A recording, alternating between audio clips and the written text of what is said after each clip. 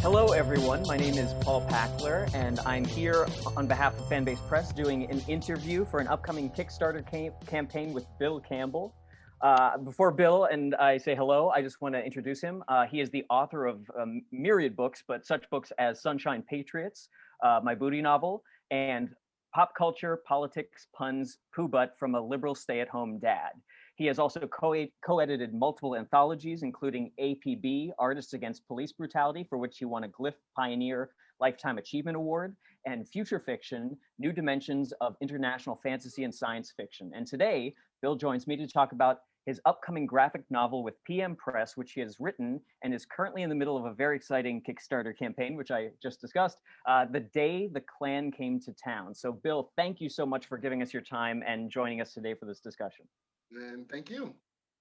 So yeah, let's just get started right off because there's a lot of things to discuss. We were talking even before we got on this interview for about the time that we'll probably go for the interview because it's just an incredible novel. So what can you tell listeners about The Day Klan Came to Town, both the story itself and why specifically you wanted to tell it?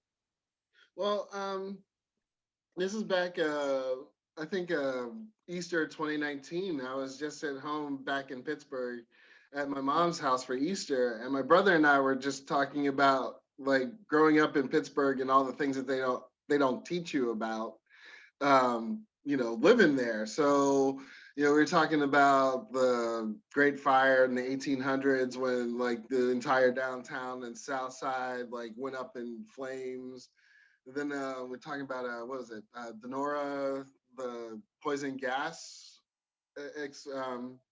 episode where just one afternoon, like some poison gas just went through the town and killed 14 people. And then my brother was like, oh yeah, and like the Klan riot in Carnegie, which is, our hometown. And I'm like, what in the world are you talking about? He's like, yeah, there was a Klan riot and like people were like getting killed and stuff. And I just had, I grew up there and I'm like, nobody ever mentioned this. Like, what in the world are you talking about? So I just kind of became obsessed with the whole idea of the story. And then like a month later, I happened to be coming back. I live in DC and I was in Toronto for TCAF, the Toronto Comic Arts Festival. And I was going to just crash at my mom's house because it's a halfway point. And I had to drive around Carnegie. And while I was driving around Carnegie, the main character of this graphic novel, Primo Salerno, like just popped into my head. And then that's when it all kind of kicked off. Like, I was just like, here's this guy, this fictional character who was part of this real world riot in my hometown, and he won't leave me alone. So then that's how I started researching the whole thing and just researching the event and all the things that led up to it. Yeah, I was just going to say that, like, we're both from Carnegie. Spoiler that this was a real connecting both of like happening in your backyard, literally and figuratively. That we both grew up and were born, or not, born nearby Carnegie. It's an interesting little town that is actually named after Andrew Carnegie, and it was a factory town, sort of like a suburban. It's a very interesting little borough outside of Pittsburgh proper, but it was primarily a small immigrant factory town. And in the novel and in the history of it, you said about 30,000 members of the KKK from parts around the country came and descended upon this to have Right. an event and then a march. But I wanted to say that this was like a shocking thing to learn about Carnegie, much like for yourself. To find this out about this hidden history was shocking. And I think that happens a lot with these sorts of stories with regard to not just the terror campaign that the KKK did to this small town, but then also the solidarity in fighting back against that when you hear about those sort of stories about working people and oppressed people fighting back, you don't get to hear about that as much. And so I wonder, why do you think that is? And then what draws you, much like for me myself, to stories of hidden history? Well, I would say, okay, so for the people who don't know, like Carnegie is basically just like right over the hill, well, mountain, but we would call it hills of Pittsburgh, right? Like you go through a tunnel, go up Green Tree Hill and go down, and like you're in Carnegie. And at the time, which there's very little evidence of. But basically, as you said, there was a steel mill off that I think Andrew Carnegie actually built, but the rest of the town was a coal mine. Like that whole like downtown and stuff. Like if you look at pictures from the main strip onto like the creek and stuff, like that's all like coal mine. And like where I lived was on top of the hill that like the mine entrance was still there, or is actually still there. So Carnegie is a town I say is full of names that you can neither spell nor pronounce. Yeah, because it's not it was not a pretty town. It was like literally just like a downtown strip, a mill, and just like soot, like poor housing. There's that apocryphal thing of growing up in Pittsburgh in the middle of the 20th century where you always hear like, you know, your grandparents and your parents say, yeah, if you went downtown with a white shirt, you'd come back with a gray shirt. Like Yeah, that sort of basically, and like the street lights were on at noon. You know, I mean, it's like when you look at old pictures of Carnegie, you're like, oh wow, like people just like lived in coal dust. Um, but so for me, I mean, I personally find these hidden histories is because America is a lot more complex than we can ever imagine or are told. And in a lot of these instances, we just find that like the history that we're taught is somebody on Twitter called it like American history taught in schools is basically fanfic. Like, and it's so true because like this country is one it's just like a lot more complex than we can ever imagine. So like when the Klan comes, like when I went to Historical Society of Carnegie to help research and stuff. And one of the people was like, oh, you know, this is xenophobia and stuff like that. And I'm like, no, like this is literally racism. Like these Southern Europeans and these Eastern Europeans were not white. Like if you take like what the Klan says now, it's basically verbatim what they said then. And they were pointing it at, and they were saying it about people that we now consider white. So like for me, not only was it just like, whoa, here's this hidden history, and literally like I grew up in this town, and where the Klansman is killed is, you know, my old church. Like I'm just like, whoa, all this stuff happened right here, and nobody told us about it. And yet there were people like when I got there in 1978, so like there were still people around who either were there or their parents were there, and yet they still like nobody ever talked about it.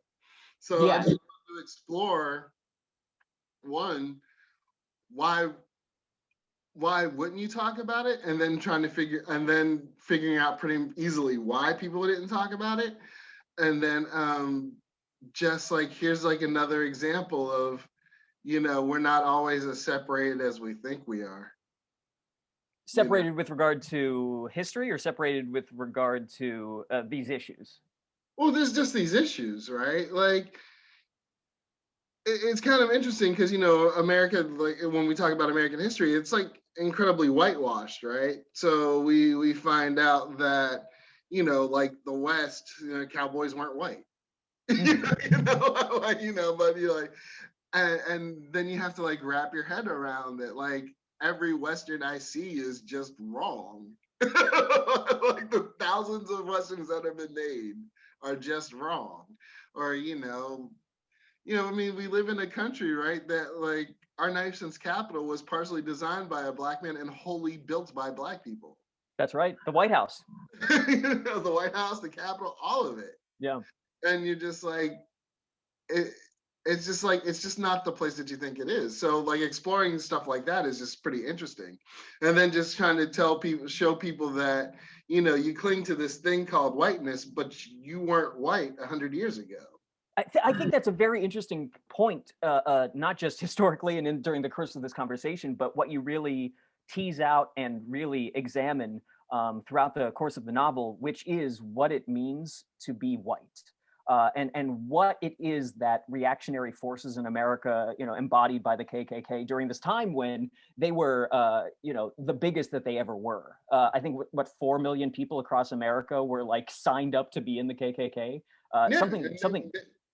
Oh, sure, but like, when we're talking about Carnegie specifically, I think what it really like hits me so hard is that you had, like you're saying, Southern Europeans, meaning like Italians, specifically Sicilians. You had Eastern Europeans, both like Polish, but also Jews. You had the Irish, you had Germans, you had Black Americans who had moved up during the Great Migration, probably just like during that time or maybe a few years before with World War I.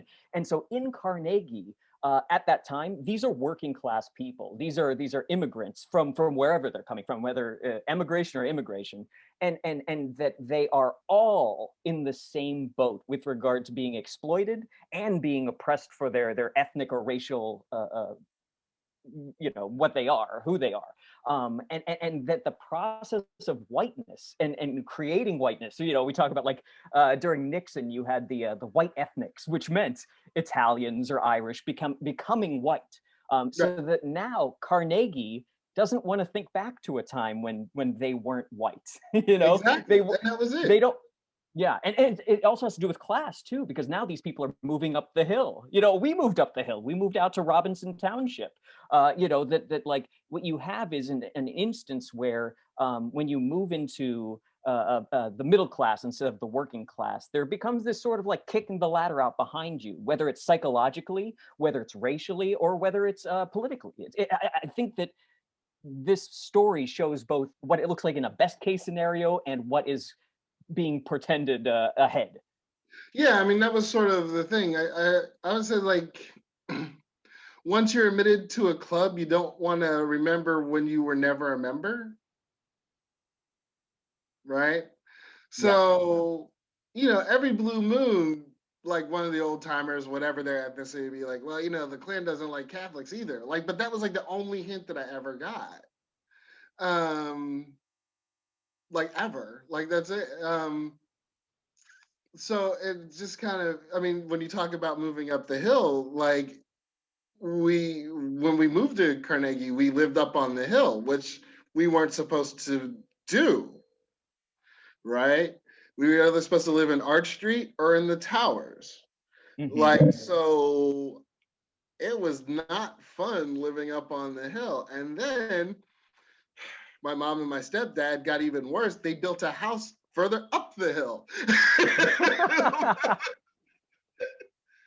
So it was like literally like 3 Black families, and one of them was Larry Brown from the Pittsburgh Steelers. So nobody was messing with him. He caught the Steelers' first Super Bowl touchdown. Like,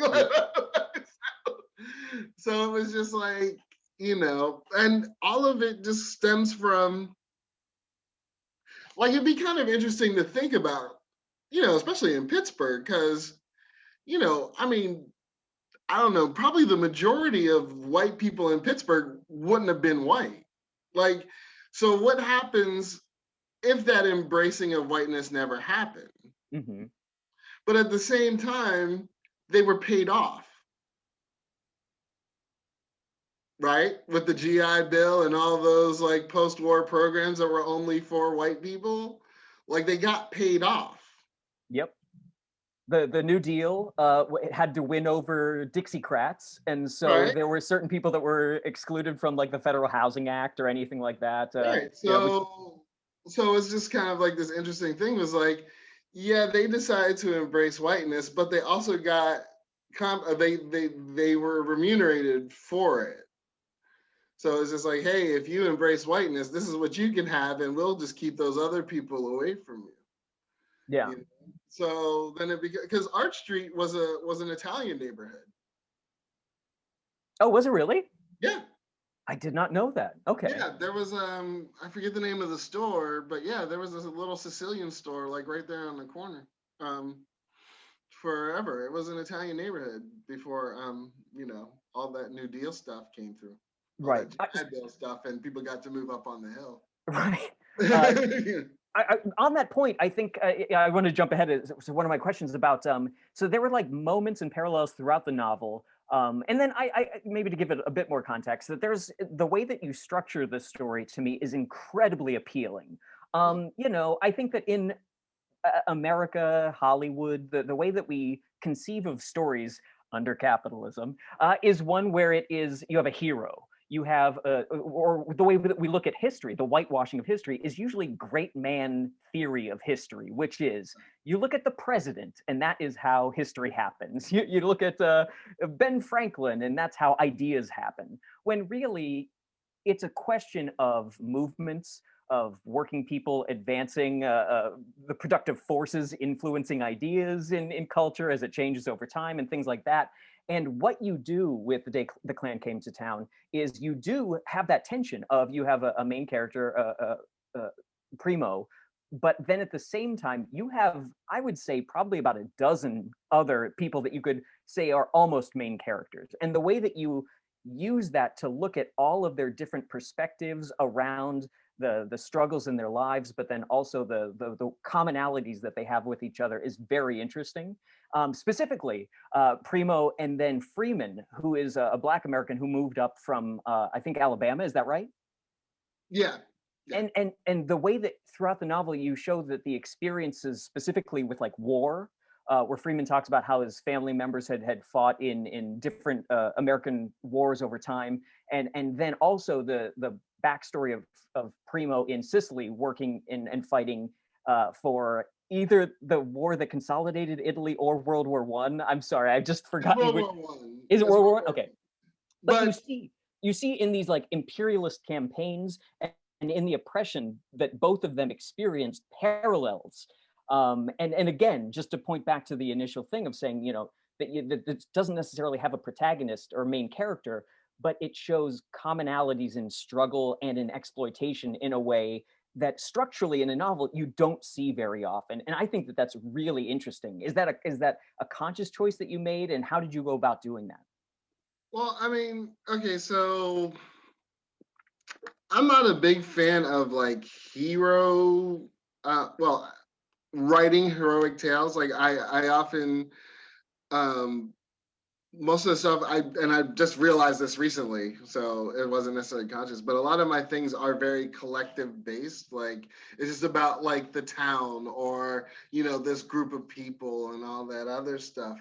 Um I think like one of the reasons that I think Primo originally popped into my head is because Sicilians have a very special place in American immigration history, and like their parallels so many other stories that it's painfully obvious. I mean, Sicily is they have a huge history of being invaded all the time, but they had Italy imposed upon them, which is probably why your confusion is because like literally Primo's father was the generation that had Italy imposed upon them, and then like the next generation they're off fighting a world war for Italy when Italy doesn't even like them at all,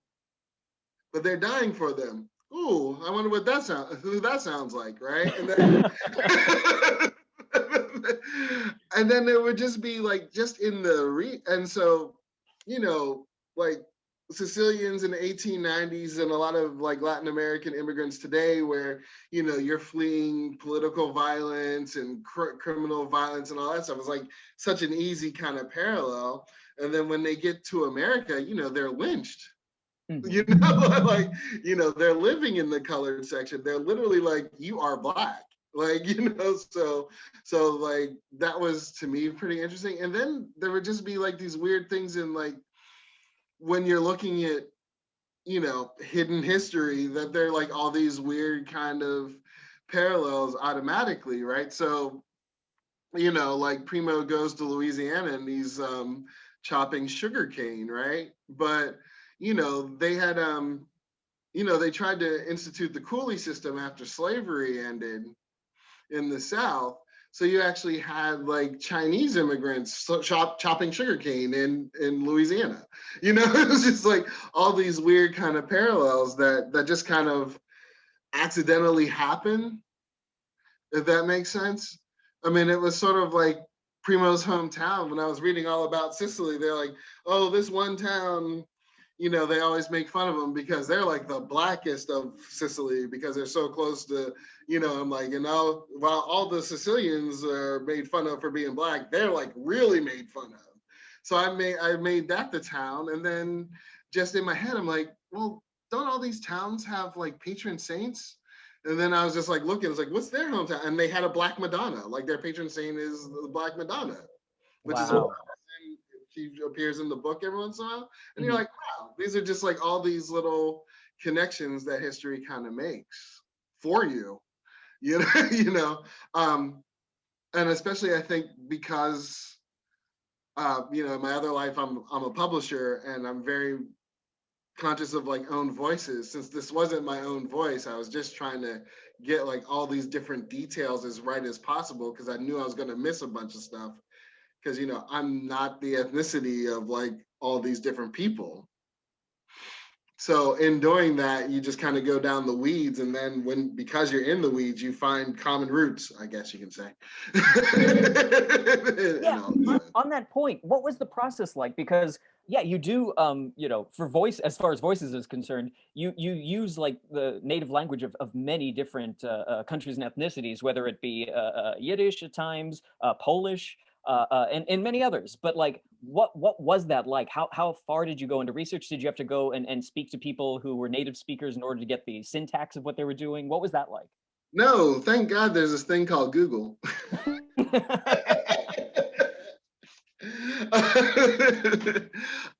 Well, as far as like the Sicilian and the Italian immigration thing, I read tons and tons. I read a bunch of books.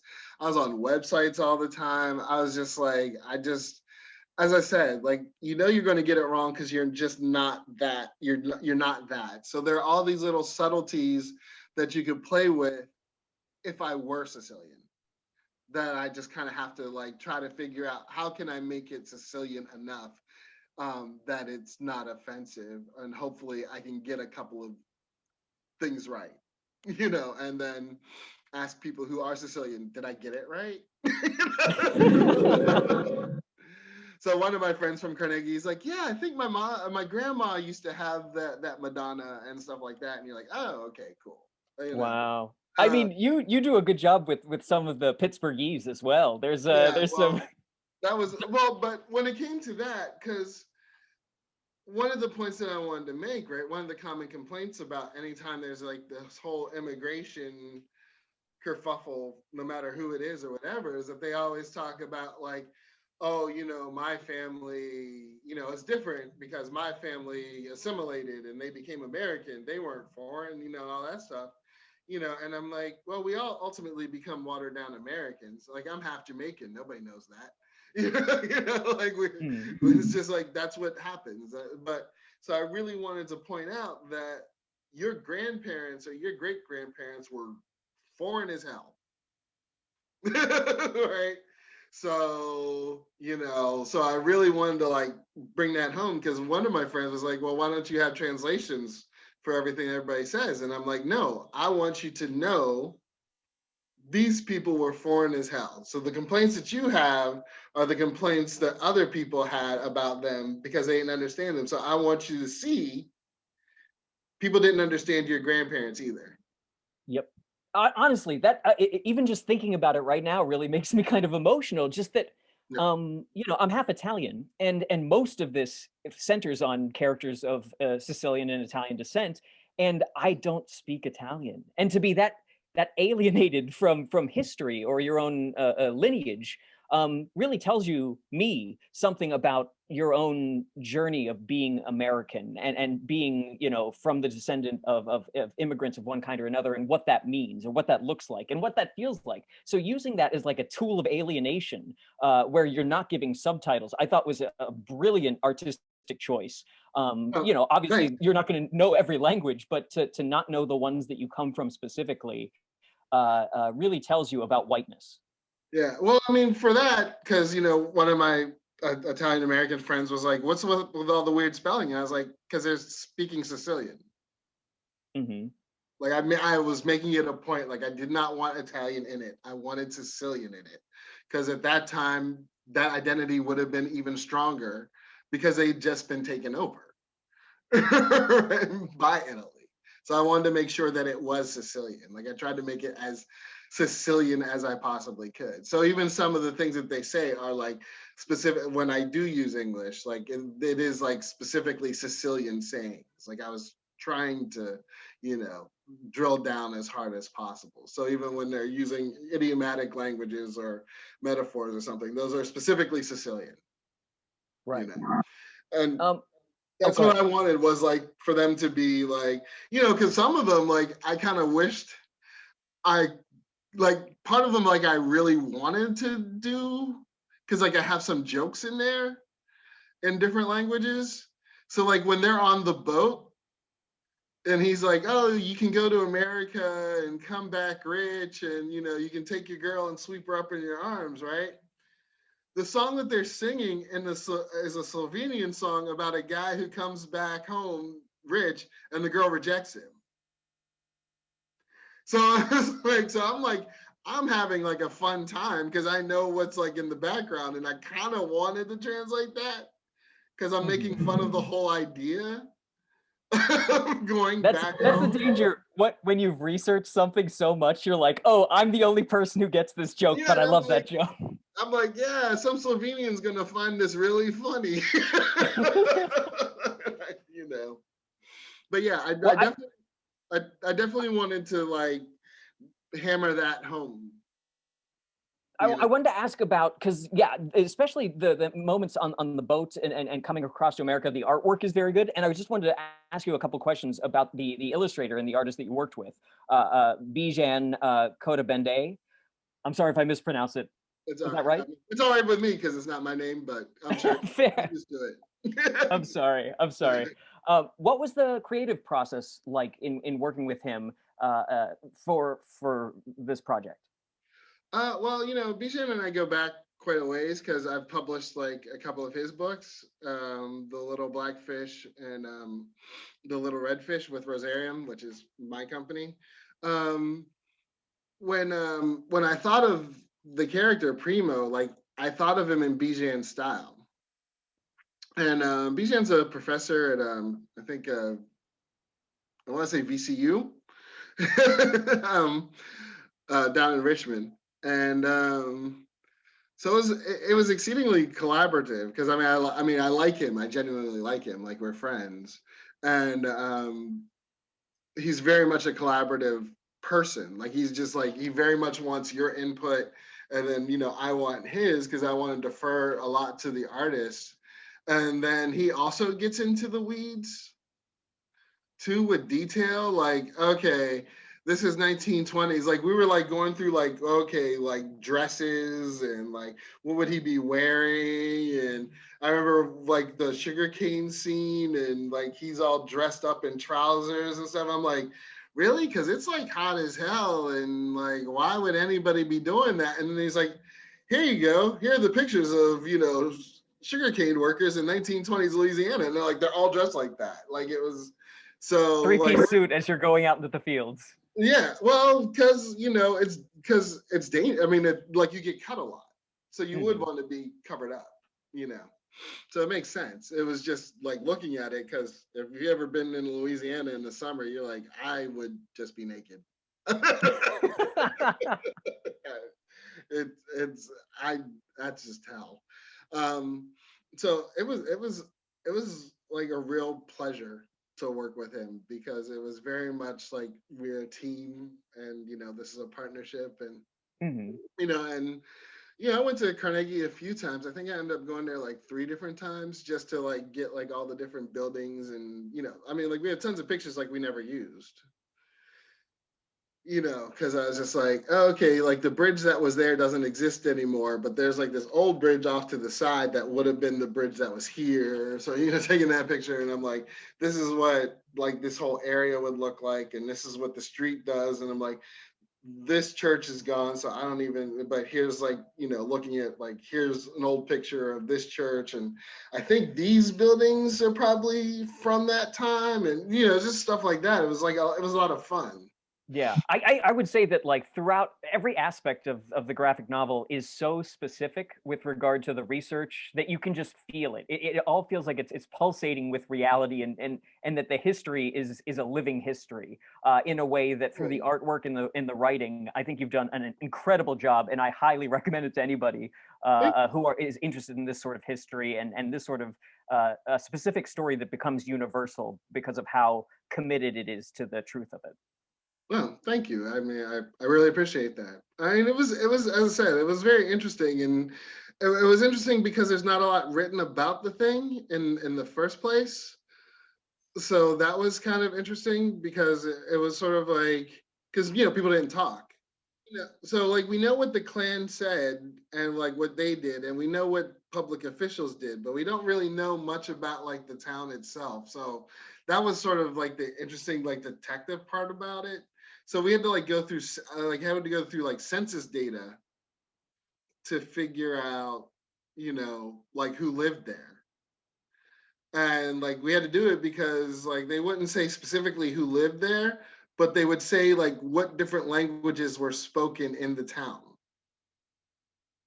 So that's how we kind of figured out like, oh, there were like people from like Libya or like Anatolia and Turkey and stuff like that, because it was like the different languages. So like stuff like that was just kind of fascinating. And then just looking at realizing that just through pictures and all that stuff, like the town wasn't as segregated as like we originally imagined. Like, the Poles lived here, or the Irish lived here, because it was just like the census data showed you like where the Black people lived, and they lived all over.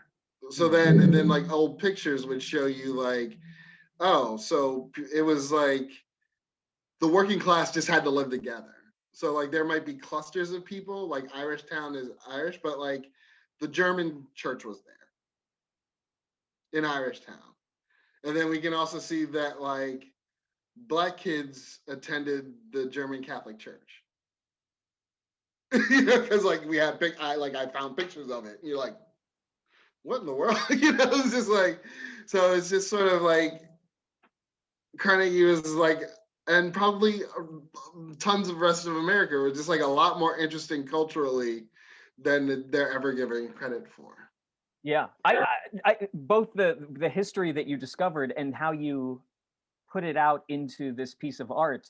Yeah, the cross-racial, cross-ethnic solidarity that workers find in this time where it's like that's not the sort of history that we would think about either, in the sort of liberal progressive understanding of history, saying that we're less racist than we used to be, or at least the good people are less racist than we used to be. But you see these examples of concrete history where you see, yes, everybody lived together and went to the same churches, and there might have been like real prejudice between them, but at Right. the same time, they're living a similar experience, and by crossing their experiences together, they were able to defeat the Klan when 30,000 of them descended on Carnegie.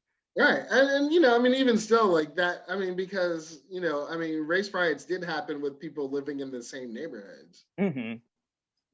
I mean, that was like one of my huge problems with gangs in New York, right? Like that neighborhood was half Black. And they totally whitewashed like the largest race riot in American history. And it's like, I was telling in an interview last week, I was like, the thing that really upset me about that was, well, one, they whitewashed the riot itself, said, oh, it was the largest race riot in American history, it wasn't about race at all. Then they they whitewashed the neighborhood, Mm-hmm. right? Because like, it's an Irish neighborhood. It's like, no, it was an Irish and Black neighborhood. And then the other thing that I was interested in when reading about that, do you know white people used to have tours through there to look at the mixed race children? Did they really? Yes, there used to be like tours. Like, Wow. come look at the mulattoes. Like, and they were like, so like when you look at gangs in New York, not only do they whitewash that, but you whitewash the fact that in that riot they were killing their own families. Mm-hmm. So it's not like people they live together, and of course, like everybody else, they had sex with each other, but like they didn't necessarily get along, which was something I was trying to convey there with the book itself. Was they didn't necessarily get along, but they worked together because they had to. And then the other thing is like I'm trying to wrap my head around, or is like, because it wasn't multi-ethnic, because they didn't view each other as different ethnicities, they viewed each other as different races. Right. So, yeah, it's kind of, yeah, you're right. It is sort of, from my own perspective, that I keep saying multi-ethnic, because I think of them as, but it's like how we think about it. Yeah. Right. But even our calling it multi-ethnic is like really new thinking. But so is actually saying race is also pretty new as well. But just like, because I remember going back to Europe like 30 years, when I went back to Europe 30 years ago, and I was like listening to like different Europeans, and they really do talk. They were really talking about each other, like the old timers, like they were different races. So it's sort of like a way of, and because like personally, I think whiteness is killing this country. So I'm really think like, you know, I got my own problems, so it's not like a really huge concern of mine, but I'm thinking like the whole dismantling of whiteness is something that I think is pretty important. I think that what you're saying, it's a very interesting point that you make in the novel, that you're saying that, you know, that there are these sort of islands of solidarity where things look like they're going well, but it always gets cut across by external forces or internal forces, ideological forces or whatever, that you see a trying to transcend and overcome racism, exploitation, all these sorts of issues of reaction that we see in America, throughout the world, that all echo and parallel each other. And in this situation, I think you do an amazing job of showing that it can be done, but it's, unless you're willing to go all the way, unless you're willing to really dig down and make that world that you want to see, it gets very seductive to react and go back to your comfort, to the wins that you've already made. And I think that the novel just does a great job of showing both of those points of view in a way that you know, a lot of art will sort of fall on one side or the other of the debate. And so I just want to say again to people that are interested in this, it's a piece of art that really pushes you to think about things in a different way. No, thank you. I appreciate it. I mean, they were desperate. I mean, I think that was pretty much the thing. Like it was like you could fall into these old ways, except at that moment. Like they were desperate. Like they literally were throwing pieces of coal at them. Like they were ripping, you know, bricks out of the street and like ripping down fencing. Like they were just like, there's a 30,000 person army coming to our town to like kill us. Yeah. You know? So, I mean, it's a very extraordinary moment. It's kind of sad that those are the kind of moments that you need to get these kind of alliances, and that they can easily fall apart. But you're right, like they can be done. And I think that one of the points, I don't know if I try to make it, but it has to be done on everybody's terms. Like it has to be done on the terms of the bottom, not the top. Right. Yeah. Like the top can always kind of impose a pseudo unity on you. But unless it addresses the needs of the people on the bottom, then it just falls apart, because it's not, we have to look to like, what does the people on the bottom need? Yeah. And that was it. These are people on the bottom. Well, now you're going to get me want to start talking about like Fred Hampton and the Rainbow Coalition, but we're not going to do that. We're gonna, I was thinking about that too, but that's cool. Like let's not do that. But before we go, and I just, again, thank you so much for your time. I just want to ask, you know, with your Kickstarter campaign, are there backer rewards that you wanted to highlight, and also tell us, you know, where we can find the campaign, and as well as your other works too? Well, the publishing company is Rosarium Publishing, and you can go to rosariumpublishing.com. for that, to check that out. PM Press is the one that's publishing The Day the Klan Came to Town. And you just type that in for the Kickstarter. Like right now, we're close to our unofficial stretch goal. Like we're trying to get like French fold back cover for a cover. So if we hit that, like we're going to get the fancy cover, which I'm very excited about. You know, it's really funny because, you know, like going through like the PM Press perks for this campaign, like I wanted to, which, you know, I can't because it's my campaign, so I can't like contribute to it. But it was like, there were so many books on there and so many graphic novels on there that I was just like, I want to get like all the perks. There is an embarrassment of riches. I had a tough time deciding which one I wanted to contribute to because there are so many good books and offers out there. They're just an amazing press. Like I love being associated with them. I love the work that they do.